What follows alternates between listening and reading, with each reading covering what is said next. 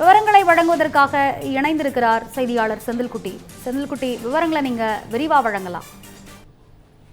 தமிழகத்தில் அரசு நிகழ்ச்சிகளை தமிழ்தாய் வாழ்த்து பாடி துவங்குவதை உறுதி செய்ய அதிகாரிகளுக்கு உத்தரவிட வேண்டும் என்ற கோரிக்கை வைத்து சென்னையைச் சேர்ந்த அனன்யா ராதாகிருஷ்ணன் என்பவர் சென்னை உயர்நீதிமன்றத்துல பொதுநல வழக்கு ஒன்றை தாக்கல் செய்திருக்கிறார். அந்த மனுவில் தமிழ்நாட்டில் அரசு நிகழ்ச்சிகள் தமிழ்தாய் வாழ்த்து பாடி துவங்கப்படுவதும் தேசிய கீதம் இசைத்து நிறைவு செய்வதும் பல ஆண்டுகள் மரபாக பின்பற்றப்பட்டு வருகிறது என தெரிவித்திருக்கிறார். இந்த நடைமுறையை நிறுத்தி போக செய்யும் வகையில அரசு நிகழ்ச்சிகள்ல வந்தே மாதரமும் தேசிய கீதமும் பாடப்பட்ட பிறகே தமிழ்தாய் வாழ்த்து பாடப்படுவதாக தெரிவித்திருக்கிறார். அரசு நிகழ்ச்சியை வந்தே மாதரம் பாடியே தூங்க வேண்டும் என மத்திய உள்துறை அமைச்சகம் கடந்த ஜனவரி 28ஆம் தேதி ஒரு சுற்றறிக்கையை பிறப்பித்து மாநில பாடலை பாடி அரசு நிகழ்ச்சியை தூக்க எந்த தடையும் விதிக்கவில்லை.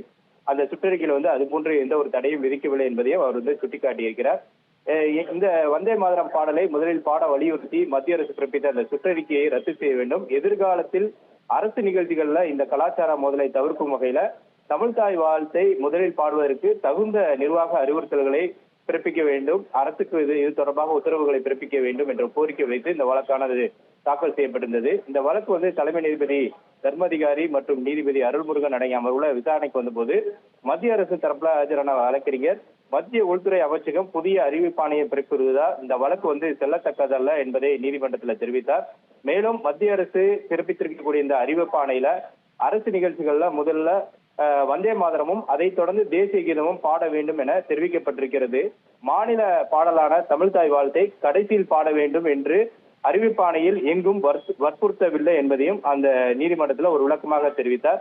இந்த மத்திய அரசோட இந்த விளக்கத்தை ஏற்றுக்கொண்ட நீதிபதி இந்த வழக்கின் விசாரணையை அடுத்த வாரத்திற்கு தள்ளி வைத்திருக்கிறார்கள்.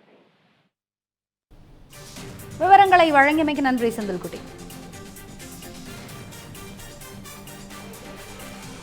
தமிழ் ஜனம் சேனலை சப்ஸ்கிரைப் பண்ணாம பார்த்துட்டு இருந்தீங்கன்னா மறக்காம சப்ஸ்கிரைப் பண்ணிடுங்க.